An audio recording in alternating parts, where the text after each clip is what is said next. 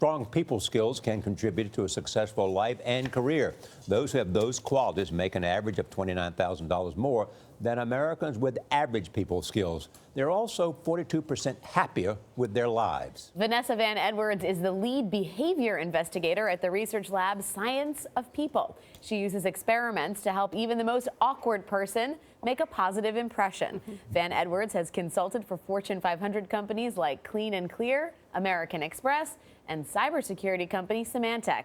She now has a new book called Captivate, The Science of Succeeding with People. In it, she shares how to talk to anyone and be the most memorable person in the room. Vanessa, welcome to Studio 57. We are all ears. We are all ears. You call yourself a recovering awkward person, which very much. I'm sure no one here. All of us. No one here. Everyone, all of us, none of us. What does that mean, and how did you do it? Yeah, so I was that kid who was terrified of recess, would beg my teachers not to go out on the playground. And you can say, oh goodness, my mom is gonna be like, why did they use that picture? So that was me as a kid. And as an adult, I always wondered, is there a way to study human behavior? Are there formulas for charisma or blueprints for personality? And so I started a lab to figure out if we could crack the code from a science perspective. And you found out? You go ahead. We're asking the same question. What did you find? Awkward. So we're experts in those. That's good. So we found out that there are patterns that we can study. We did an experiment actually with conversation starters. And I don't know about you, but I go to a lot of networking events. And the questions everyone asks, what do you do and how are you? And we actually asked people to rate conversation starters and look at quality of conversations. We found those were the lowest ranking conversation starters. What works a lot better are what I call sparkers. This is when you ask people to think for all the exciting things in their life. So you ask someone, working on anything exciting recently? Or what was the highlight of your day? In a way, you're asking the brain to look for hits and not misses, which is more dopamine producing. What's the best way? Now, Charlie and Norah had to do this because they're pros. What's the best way to work a room? Oh, yes. So when I got to events, I'd always wonder, where do I stand? Who do I talk to? So we set up cameras around networking events and followed people's foot patterns. And we found that super connectors, those really, they really know how to do it, they get the most cards, stand in a specific spot in every networking event. And this is called the social zone. It's right as people exit the bar. Oh. So when people exit the bar, they kind of have their drink and they're like, who do I talk to?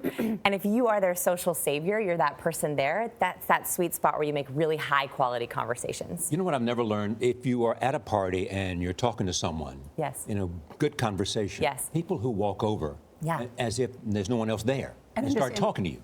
And interrupt. What do you do? So that actually is the best kind of bid for belonging. So what you want to do from a nonverbal perspective is there's research that shows that when we are attuned to someone, our toes angle towards that person.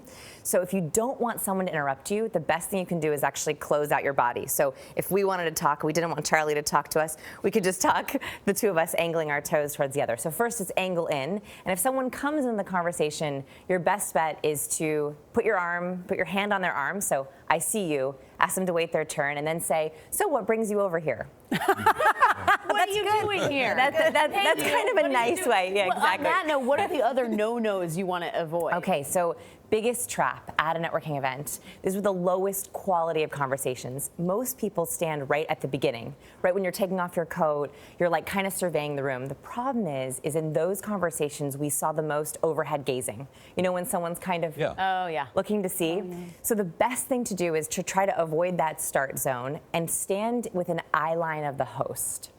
So if the host can see you, they're much more likely to kind of grab you and say, hey, I really want to introduce you to that person. And then you can kind of gesture, how do you know the host? How did you come here? That's kind of avoiding that trap in the beginning and getting to the sweet spot. What about you say, faking it until you make it is not worth the effort? Yes, so there's this really interesting research. Explain what faking it until you make it is. Yeah, it's basically forcing yourself a moment. What is that term? I've never heard of it before. I'm Charlie Rose. Yes. So awesome. Yes, so when you look at faking it, Dr. Barbara Wild found that there's fake smiles, right? We all know this, hi, nice to see you. We never do that.